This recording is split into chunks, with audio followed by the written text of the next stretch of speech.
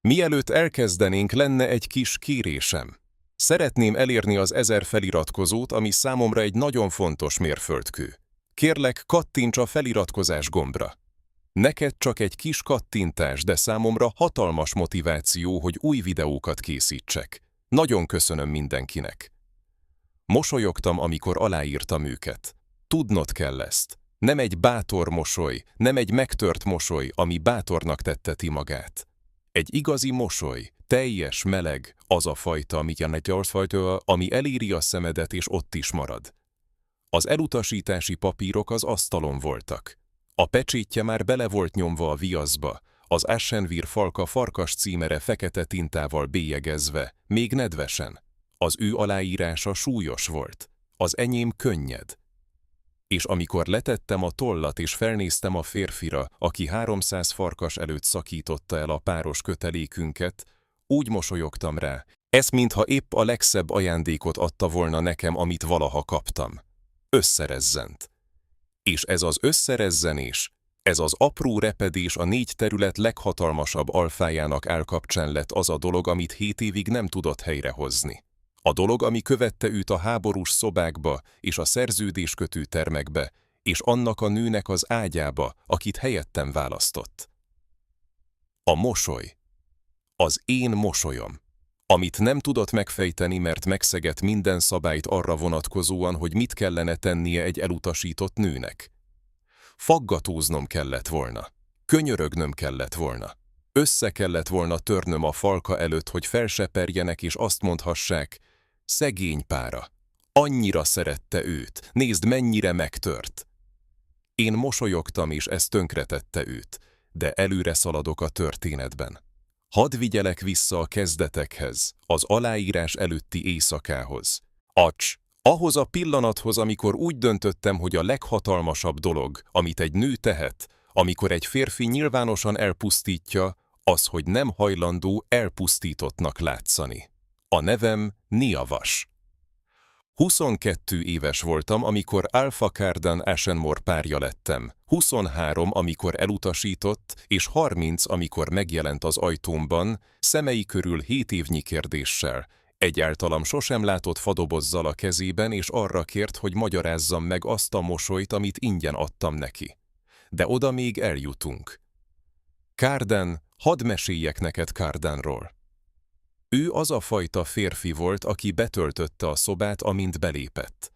Hatalmas vállak, amelyek elzárták az ajtókat, rövidre nyírt sötét haj, szürke szemek, amelyek úgy változtak, mint az időjárás, ezüst, amikor gondolkodott, sötét, amikor dühös volt, sápadt, amikor hazudott. Úgy tanultam meg olvasni ezekből a szemekből, ahogy a tengerészek olvassák az eget. A végére már a vihar kialakulása előtt meg tudtam jósolni azt. A páros kötelék egy területi csúcstalálkozón csapott le ránk, egy zsúfolt termen keresztül. Tekintetünk összefonódott. A kötelék a helyére pattant, mintha egy csontot raktak volna helyre. Fájdalmas. Szükséges. Helyes. 4 lépéssel átszelte a termet. Megfogta a kezem. Azt mondta, az enyém vagy. Én azt mondtam, bizonyítsd be. 6 hónapot töltött azzal, hogy bebizonyítsa. Éjféli futások az Ashenmore erdőben. Levelek borzalmas kézírással, amelyekben ilyesmik álltak. Nem vagyok jó a szavakkal, de veled jó vagyok, és ez elég. Az őszi napi egyenlőségkor párosodtunk. 300 farkas, egy tábortűz, a jele a nyakamon, a harapás, ami megpecsételi a köteléket, ami beírja a nevét valakinek a vérébe. Atite szerettem őt. Nem óvatosan, nem bölcsen. Azon nő teljes elkötelezettségével, aki hiszi, hogy a kötelék örökkévalóságot jelent, és az örökkévalóság biztonságot. Tévedtem a biztonsággal kapcsolatban. A neve Lianna volt. 11 hónappal a párosodásunk után érkezett Ashenmore-ba. Alpha Win lánya, az északi szürke sziklafalka politikai szövetségéből. Gyönyörű porcelánbőr, gesztenyebarna haj, az a fajta arc, amit a festők használnak, és az igazi nők utálnak. Lágyan beszélt, lágyan mozgott. Minden úgy volt rajta kialakítva, hogy a férfiak nagynak, védelmezőnek és fontosnak érezzék magukat. Figyeltem, ahogy Cardan a kapunál találkozik vele. A szeme megváltozott. Nem ezüst, nem sötét, valami új, egy szín, amit nekem sosem mutattak. Kíváncsiság, a veszélyes fajta. 3 másodperccel túl sokáig nézte őt. Aztán rám nézett. A szeme sápatra váltott. Ani hazudott. 4 hónap. 4 hónap Liannával minden tanácsülésen. A hangja azokban a beszélgetésekben, amik egykor a mieink voltak. Cardan egyre később jött ágyba, fenyő, hó és egy nem hozzám tartozó parfüm illatát árasztva. Nem szembesítettem vele, nem azért, mert gyenge voltam, hanem mert olvastam. Minden pillantás katalogizálva, minden késői éjszaka feljegyezve, a kötelék minden változása mérve. A kötelék elmondta azokat a dolgokat, amiket ő nem akart. Éreztem, ahogy felgyorsul a pulzusa, amikor a nő belépett a szobába. Éreztem a bűntudatot, egy savanyú fémes ízt a torkom mélyén, ami nem az enyém volt. Éreztem, ahogy eltávolodik, ahogy az árapály visszahúzódik a partról. Olyan lassan, hogy mire a homok csupasz lett, úgy tehetett, mintha a víz sosem lett volna ott. Megcsókolta őt a téli napfordulón a háborús szobában. Tudom, mert a kötelék sikoltott, egy fehéren izzó fellángolás a bordáim mögött, ami térdre kényszerített a kinti folyosón. A mellkasomhoz szorítottam a kezem, és éreztem a heves szívdobogását, és nem értem, dobogott hevesen. Térdeltem azon a hideg padlón, és addig lélegeztem, amíg a sikoly zümmögéssé halkult, a zümmögés pedig kérdéssé. A kérdés nem az volt, hogy miért. A kérdés az volt, hogy mit fogok most csinálni. 3 nappal később jött hozzám. Leült az ágyunk szélére, szemei sötétek, nem dühösek, hanem szégyenkezők. Nia, mondta. Beszélnünk kell, éppen a hajamat fésültem. 20 perc fésülködés, mert ez a ritmus volt az egyetlen dolog, ami megakadályozott abban, hogy felgyújtsam az ágyat. Elmondta, hogy Lianna az ő választott párja. A szövetség Greycliffe-fel szükséges volt. Az északi határ sebezhető volt. Sajnálta. Remélte, hogy megértem. Adé úgy használta a megértést, ahogy a férfiak, amikor elfogadást értenek alatta. Amikor azt értik alatta, hogy maradj csendben. Amikor azt értik alatta, hogy engedd meg, hogy ezt nehézségek nélkül tegyem meg. Mikor vált a velem való törődés vigaszdíjjá az ok helyett? Nem válaszolt. Szemei sápadtak, önmagának is hazudott. Az elutasítási ceremónia teliholdkor lesz. A falkának látnia kell, hogy megtörténik, mintha csak egy irányelvet vizsgálnának felül. Egy szerződésből törölt záradékot. Aláírom őket, mondtam. Kutatta az arcomon a repedést, a könnyeket, azt a részt, ahol összetörök, hogy elég bűntudatot érezhessen ahhoz, hogy elhiggye, még mindig jó ember. Nem találta meg. Az elutasítási ceremónia. Telihold. 300 farkas. Ugyanaz a terem, ahol a párosodásunk történt. Ugyanaz a tábortűz. Ugyanaz az asztal. Papírok az asztalon. A pecsétje. Az aláírása. A vén közöttünk a köteléket elvágó pengével. Ezüstélű, ősi. Lianna az első sorban, Cardan velem szemben. Szürke szemei sötétek, állkapcsa megfeszült. A vén elmondta a régi szavakat. Úgy hallottam őket, ahogy az esőt hallod az ablakon. Háttérzaj a bennem zajló valódi eseményhez. A vén elém tette a papírokat. A toll mellettük. 300 farkas figyelt. A teremben minden nő azt várta, hogy összetörjek. Felvettem a tollat. Aláírtam a nevem. Tisztán, sietség nélkül egy olyan nő kézírásával, aki nem remeg. És aztán felnéztem Cardanra, egyenesen a szürke szemeibe, és elmosolyodtam. Nem bátor mosoly, nem keserű mosoly, nem egy nő zord, összeszorított ajkú előadása, aki dróttal és akaraterővel tartja egyben magát. Egy igazi mosoly, széles, meleg. Az a fajta ami eléri a szemet. Az a fajta amit egy gyönyörű reggelen adsz valakinek. Ad, amikor a levegő eső illatú és a világ lehetségesnek tűnik. Az a fajta mosoly, amiben egyáltalán nincs fájdalom. Úgy mosolyogtam a férfira, aki az egész királysága előtt utasított el, mintha épp most szabadított volna fel. A terem elcsendesedett. Nem a ceremónia tiszteletteljes csendje, hanem 300 farkas zavart, feszült csendje, akik olyasmit figyeltek, amit nem értettek. Cárdan arca megváltozott. Az időjárás ezüstről sötétre, sápadtra, majd valami újra váltott. Valami olyasmi, amit 13 hónap alatt, amíg az ő egét olvastam, még sosem láttam. Félelem, mert egy nő, aki sír, amikor elutasítod, hatalmat adott neked. Egy nő, aki őrjöng, történetet adott neked. De egy nő, aki mosolyog, őszintén mosolyog, semmit sem adott neked.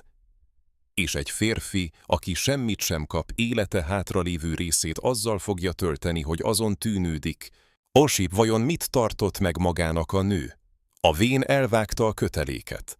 Az ezüstpenge átszelte a levegőt. És éreztem.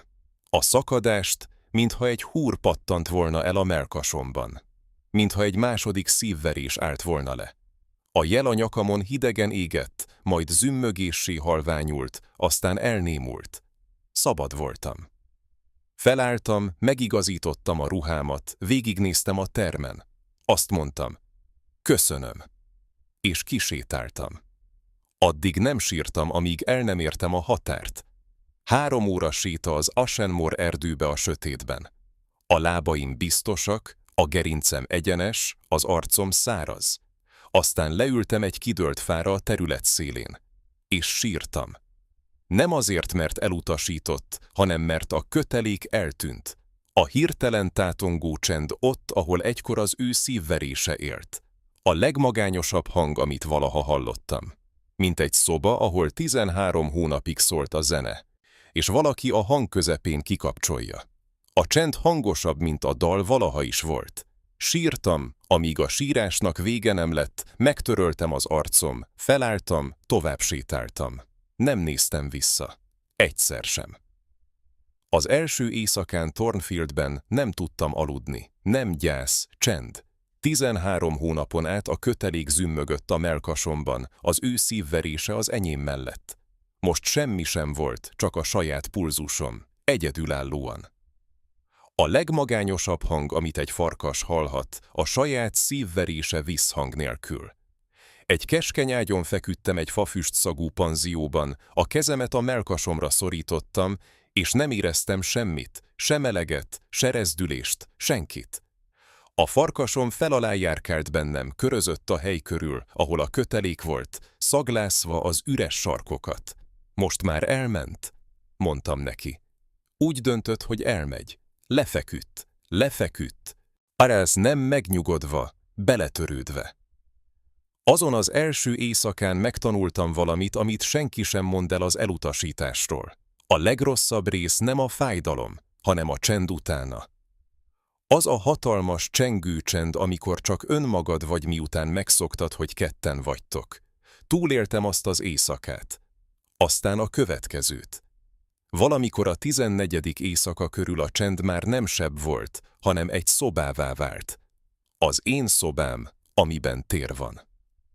Elkezdtem magam kitölteni a sarkokat. Thornfield egy kis falka volt, 200 farkas, egy Brennan nevű idősödő alfa vezette, akinek több bölcsessége volt, mint harcosa, és több problémája, mint megoldása. A terület gazdag volt, jó talaj, folyami hozzáférés, tengerparti kereskedelmi útvonalak, de a vezetés fáradt volt. A tanács lassan mozgott. A szövetségek elavultak voltak. A falka túlélt, nem virágzott. Besétáltam Brennan tanácstermébe úgy, hogy nem volt másom, csak a heg a nyakamon, és azt mondtam, úgy tudok olvasni az emberekben, ahogy más farkasok az illatban. Adj egy helyet a tanácsodban. Ránézett a hegre, egy elvágott kötelék jelére, arra a dologra, amit a legtöbb farkas szégyenként kezel. Kihez tartoztál? Kérdezte. Senkihez sem tartoztam. Ez volt a probléma. És most ez a végzettségem. Nekem adta a helyet. Az ő bétája, egy széles, sebhelyes farkas, Thorin, nem értett egyet. 12 éve ő vezette Thornfield stratégiáját. Úgy nézett át rajtam, ahogy a férfiak átnéznek a nőkön, akiket már elutasítottak. Tisztelettel, Alfa, nincs szükségünk kívülállókra, akik megmondják nekünk, hogyan kezeljük a területünket. Havi 400 ezüstöt veszítesz a keleti halászati megállapodáson. Mondtam, hogy a megállapodásodat 9 éve nem tárgyalták újra. A fogás meg 3-szorozódott. A részesedésed nem. A folyami hozzáféréseddel támogatod az ő flottájukat. Csend. Honnan tudod a halászati számainkat? Ma reggel megkérdeztem a dokkmestert. A tanácsból 3 éve senki sem járt a dokkoknál. Brennan hátradőlt. Egy öreg farkas mosolyai ki, aki nézi, ahogy egy fiatal bebizonyítja, hogy az ösztön többet ér, mint a szolgálati idő. Tárgyaljátok újra a megállapodást. Nia, te vezetsz. 2 hét alatt újra tárgyaltam. A bevétel havi 300 ezüsttel nőtt. Torin nem kedvelt, de 6 hónap után elkezdte kikérni a véleményemet a tanácsülések előtt. 1 év elteltével halkan azt mondta Brennannek, ő jobb ebben, mint én. Ekkor értettem meg először, hogy a mosoly, amit Cardannak adtam, nem színjáték volt, profécia volt. Azért mosolyogtam, mert valami részem, ami mélyebb, mint a kötelék, ősibb, mint a fájdalom, tudta, hogy az elutasítás túloldalán álló nő olyas valaki, akit érdemes megismerni. Most találkoztam vele, és rendkívüli volt. Brennan a 4. évben meghalt. Vele voltam. A párja, Fern fogta a bal kezét. Én fogtam a jobbot. Elhalványuló szemekkel nézett rám, amelyek még mindig elég élesek voltak ahhoz, hogy kimondás nélkül feltegyék a kérdést. Nem voltál bolond, mondtam. Halványan elmosolyodott. Én voltam a legokosabb farkas ebben a falkában. Én voltam az egyetlen, aki ránézett a nyakadon lévő hegre, és egy ajtót láttam egy fal helyett. Lehúnyta a szemét, a keze elernyett az enyémben. Fern hangot adott ki, egy halk, apró hangot. Egy nő hangját, akinek épp most állt le a második szívverése. Ismertem ezt a hangot. Én is kiadtam 23 évesen. De Fern 41 év után adta ki. Átöleltem. Úgy, ahogy szerettem volna. Arda, ha valaki átölel az első éjszakámon Thornfieldben. A levele az íróasztalon volt. Egyetlen sor. Tegyétek Niát Alfává. Ki érdemelte? A falka egyhangulag szavazott. Még Torin is.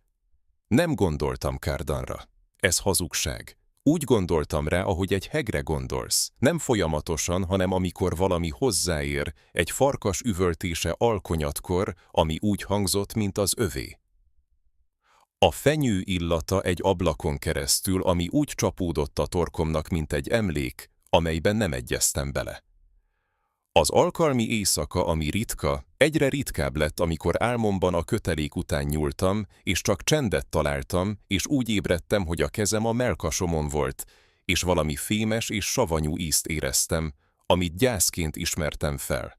Bár átneveztem közönnyé, de nem hiányzott. Azt a nőt akartam, akivé akkor váltam, miután elengedett, és ez a nő jobb volt mindannál, amit a kötelék valaha is ígért. Egy keddi napon jött Thornfieldbe.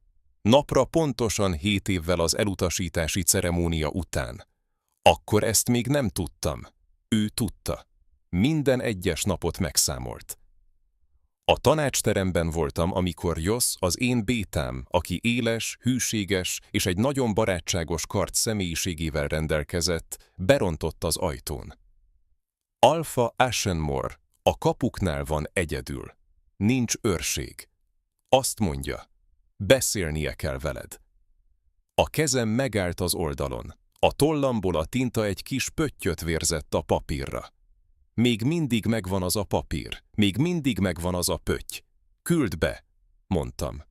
Mert most már alfa voltam, és az alfák nem bújnak el a szellemek elől. Ugyanúgy nézett ki. Ez volt az első dolog, amit észrevettem, és ez feldühített. 7 év alatt újraépítettem magam a roncsokból. Ő pedig besétált, és úgy nézett ki, mint ugyanaz a Cardan az elutasítási asztaltól. Ugyanazok a vállak, ugyanaz az állkapocs, ugyanazok a szürke szemek, és az időjárás ezüst volt. Gondolkodó, számító, kontrollált. A maszkját viselte. Az alfa maszkot. Üzleti ügyben vagyok itt. Ez politikai. Nem az a férfi vagyok, aki elpusztított téged. Majdnem felnevettem. 13 hónapig olvastam azt a maszkot, és minden repedést láttam. Alfa Voss, mondta. Formális. Helyes. Alfa Ashenmore.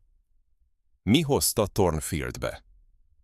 Letette a fadobozt az asztalra. Egy területi ügy. Az önterjeszkedése átfedésbe került az Ashenmore érdekeltségi övezetekkel. Hazugság. A szeme sápadt. Sikoltozóan sápadt. Hozott egy fadobozt, hogy megbeszéljük a kereskedelmi folyosókat. Mondtam, hogy megjelent a repedés. Ugyanaz az összerezzenés, mint 7 évvel ezelőtt. A mikrotörés, amit a mosoly okozott. Nia, mondta.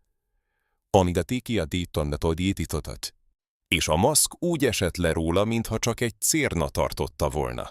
A szeme megváltozott, ezüst, sötét, sápadt, majd valami nyers, valami olyasmi, amit a 13 hónapos házasságunk alatt sosem láttam, mert sosem engedte, hogy lássam.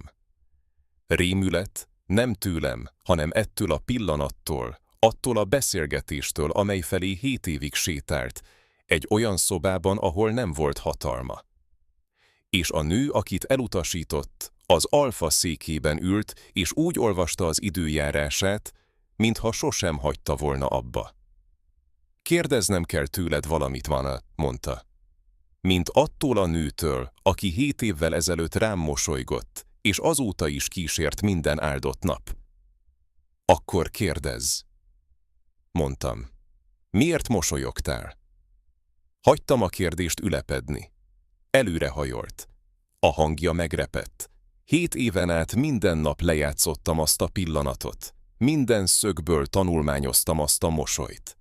Hajnali 3-kor arra ébredek, hogy ott van a szemeim mögött, és nem tudom megérteni. Megkönnyebbültél? Tudtad, hogy ez lesz belőled? Nem, mondtam. Színészkedtél? A fájdalmat rejtegetted? Nem.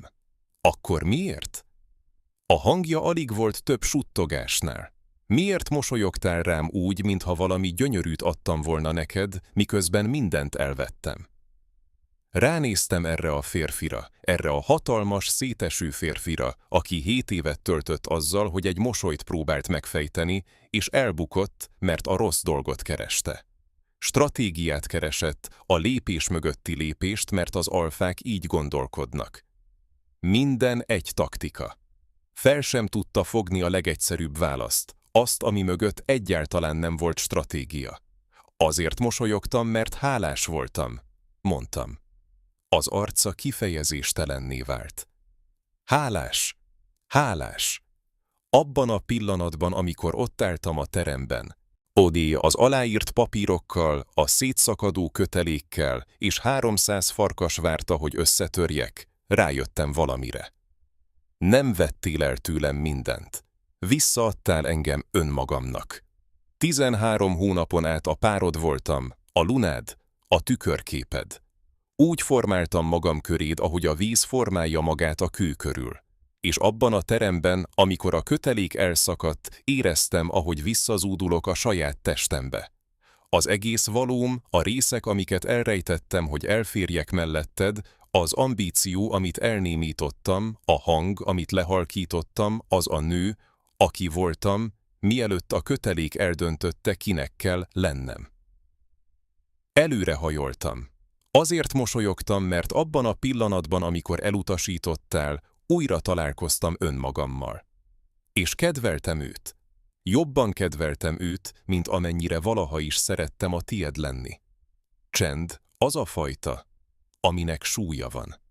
Ami úgy nehezedik egy szobára, mintha a gravitáció megnőne. Carden leült. Nem az alfa székébe, a vendégszékbe. Alattam, velem szemben. A kezei remegtek. 7 évet töltöttem azzal, hogy felépítsek egy választ, mondta. És az igazi az egyetlen, amit sosem fontoltam meg. Milyen választ építettél? Felém tolta a fadobozt. Nyisd ki! Belül ruhába csomagolva levelek voltak, tucatnyian a borzalmas kézírásával írva. Ugyanazok a dőlt, vastag vonások az udvarlás idejéből. Hetente dátumozott levelek, 7 éven át. 364 levél. Egy minden napra, kivéve az évfordulót. Az évfordulót megtartotta a személyes megjelenésre. Felvettem az elsőt. 1 héttel az elutasítás utánra dátumozva. Ma mosolyogtál. Nem tudok aludni. Folyton ezt látom. Mit tudtál, amit én nem? A 10. A Greycliffe-fel kötött szövetség biztosított. A határ biztonságos. Minden, amit terveztem, megvalósult. És mindezt elcserélném azért, hogy megértsem, miért mosolyogtál. A 100. Rólad álmodtam az éjjel. Nem a kötelékkel, nem a jellel, a mosollyal. Ez volt a legmelegebb dolog, amit 2 év alatt éreztem. Hidegen ébredtem, a 300. Lianna elhagyott. Azt mondta, belefáradt, hogy egy olyan férfi felesége legyen, akit egy mosoly szelleme kísért. Nem tévedett. Letettem a leveleket. 364 levél. 7 évnyi írás egy férfitól egy nőnek, aki sosem olvasta volna el őket, próbálva megoldani egy rejtélyt, ami valójában sosem volt rejtély. Hálás voltam, mondtam újra halkan, nem válaszként, hanem ajándékként, mert 7 évig cipelte ezt, és a súly az arcának minden vonásán látszott. Felnézett rám, szürke szemekkel. Az időjárás olyasmi volt, amit még sosem láttam. Nem 13 hónap alatt, nem az elutasítási teremben. Megadás, teljes, feltétel nélküli megadás. Oly tévedtem. Azt mondta. Igen, nem Liannával kapcsolatban, nem a szövetséggel kapcsolatban, veled kapcsolatban, azzal kapcsolatban, hogy milyennek gondoltam a hatalmat. Azt hittem, a hatalom a terület, és az a farkas, aki a leghangosabban ordít. Aztán elmosolyodtál a saját elutasításodon, és rájöttem, hogy sosem láttam még valódi hatalmat. Sosem voltam még egy szobában sem vele. Most egy szobában vagy vele? Mondtam. Tudom, mondta. Azt mondta, ezért ülök a vendégszékben. Nem kérte, hogy fogadjam vissza. Nem kérte a kötelék helyreállítását. Nem javasolt szövetséget, sem szerződést, sem semmilyen politikai keretet, amit a hatalmas férfiak használnak arra, hogy leplezzék. Könyörögnek. Egyetlen dolgot kért. Írhatok neked. Nem mint a párod, nem mint Alfa, hanem mint az a férfi, aki 364 magyarázattal tartozik neked. És csak most kezdte megérteni, hogy mit is kell megmagyaráznia. Írhatsz, mondtam, de nem fogok visszaírni. Még nem. Nem addig, amíg a leveleid már nem a mosolyról szólnak, hanem a mögötte lévő nőről. 7 évet töltöttél egy pillanat megszállottjaként. Tudnom kell, hogy tudsz-e egy személy megszállottja lenni. Bólintott, felállt, felvette az üres dobozt, az ajtóhoz sétált, majd megállt. Bármit is ér, mondta. Igazad volt, hogy mosolyogtál. Ez volt a legőszintébb dolog, amit valaha bárki tett előttem, és nem érdemeltem meg. Elment, én pedig ott ültem a tanácstermemben, 364 levéllel, és annak a nőnek a különös csendjével körülvéve, aki 7 évig hordozott egy mosolyt, és meglepődve tapasztalta, hogy a megmagyarázása egyáltalán nem csökkenti az értékét. Még egy évig minden héten írt leveleket, amelyek lassan, fájdalmasan, gyönyörűen, így ügyetlenül már nem a mosolyról szóltak, hanem rólam. Írt a mezőgazdasági reformokról, amelyeket Thornfieldben építettem ki, és arról, hogy hogyan vett át 3 a rendszereimből.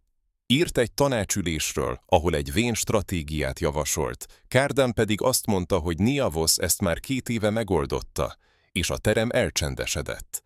Írt egy éjszakáról, amikor telihold volt, és ott állt a nagy teremben, ahol az elutasítás történt, és hangosan kimondta a nevemet az üres teremben, nem gyászolva, csak hallani akarta, ahogy kimondják egy olyan helyen, ahol eltörölték. Írt arról a férfiról, akivé válni kezdett, egy férfiról, aki tovább hallgatott, aki megkérdőjelezte a bizonyosságát, aki vendégszékekben ült. Az évfordulón napra pontosan 8 év múlva nem küldött levelet. Eljött Thornfieldbe, ott állt a kapuknál, egyedül. Arra csak egy férfi és az időjárás a szemeiben. Remény, rettegő, kiérdemelt, megingathatatlan remény. A kapuhoz mentem. Egymással szemben álltunk a kapu két oldalán. Két alfa, két terület. 8 évnyi csend és levelek és egy mosoly, amely mindent elkezdett, mindent befejezett, majd mindent újrakezdett. A leveleid jobbak lettek, mondtam. Jó tanárom volt. Sosem írt vissza, de minden egyes javításban hallottam a hangját. Átléptem a kapun felé, elég közel ahhoz, hogy lássam a vonásokat, amelyeket a 8 év vájt bele, és akkor megéreztem az illatát. Fenyő, bőr, a hamuszürke kő, hideg ásványi éle. Úgy csapódott a torkomnak, mint egy ajtó abba a szobába, amit 7 évvel ezelőtt bezártam. A farkasom, aki oly sokáig csendes volt, hogy el is felejtettem, hogy lehet másmilyen is, felemelte a fejét, ébren emlékezve arra, amit az elmém már elengedett. Anettin a kezem a heghez ért. A halott jel egy fél másodpercnyi melegséget zümmögött, ahogy 3 lábnyira álltam tőle a hideg levegőben. Leengedtem a kezem. Egy heg nem iránytű. Nem az a nő vagyok, akit elutasítottál, mondtam. Ő nem létezik. Aki itt áll, az kisétált a nagy termetből és puszta kézzel és egy elvágott kötelékkel épített egy területet. Akit elvesztettél, az hamu. Én vagyok az, ami abból kinőtt. Nem azt keresem, akit elvesztettem, mondta. Azt a nőt keresem, aki mosolygott, aki hamarabb tudta nálam, hogy az elutasítás ajándék, aki annyira előrébb járt, hogy 7 évnyi a csendbe írás sem tudta áthidalni a távolságot. A kezem felé nyúlt, megállt, várt. Ahogy egy férfi vár, amikor megtanulta, hogy az érintés egy kérés, nem pedig jog. Ránéztem a kezére. Arra, amelyik aláírta az elutasítási papírokat, amelyik egy másik nőt érintett meg. Miközben a kötelék sikoltott a mellkasomban. Aztán ránéztem a saját kezeimre, amelyek újjáépítettek egy gazdaságot, amelyek fogták egy haldokló alfa ujjait, miközben eltávozott. Amelyek aláírták egy olyan terület okiratát, amit kőről kőre én érdemeltem ki. Az ő keze nyújtózott. Az enyéim tele voltak. Nem tudom megtartani, amit kínálsz, Cardan. Az arca összeomlott. A remény meghalt a szürke szemek mögött, nem volt hová mennie. A leveleid. Néhány annyira gyönyörű volt, hogy hajnalban az íróasztalomnál sírtam, és a gabona jelentéseket okoltam érte. Akkor miért? A tenyeremet a mellkasára szorítottam, éreztem a kalapáló szívét, a pulzust, amit egykor a saját testemben hordoztam, mint egy második életet. 364 levél. Mindegyik a mosolyról, a zavarodottságodról, az álmatlan éjszakáidról szólt. Írtál 364 levelet önmagadról, Cardan, és azt hitted. Oda, rólam szólnak. Kőrepesztő csend. Közelebb hajoltam, az ajkamat az arcához nyomtam. Nem egy kezdet. Egy pont egy nagyon hosszú mondat végén. Visszaléptem a kapum mögé. A szabadság nem tartozik egy ajtóval egy olyan férfinak, aki végre megtanult kopogni. Ott állt. Levelek a kabátjában. Évek a kabátjában, évek az állkapcsában. Egyszer bólintott, majd sarkon fordult. Nem néztem, ahogy elmegy. 7 évnyi soha vissza nem nézés ösztönné tette ezt. Bementem, leültem a székembe, felvettem a jelentéseket, elolvastam 3 sort, majd letettem őket. Aztán elmosolyodtam, szélesen, melegen, igazán. Ugyanaz a kifejezés, amit 23 évesen viseltem, amikor 300 farkas azt várta, hogy összetörjek. Hálás voltam akkor, hálás vagyok most. Más okok. Erősebb gerinc, tisztább szemek. Az a mosoly egy profécia volt. Minden szava valóra vált. Gyönyörű lelkek. Odit aláírta a papírokat. Mosolygott. És amikor a férfi visszatért, megváltozva, megalázkodva, önmaga legjobb változatát hozva. A nő ránézett arra a férfira, és azt mondta, nem.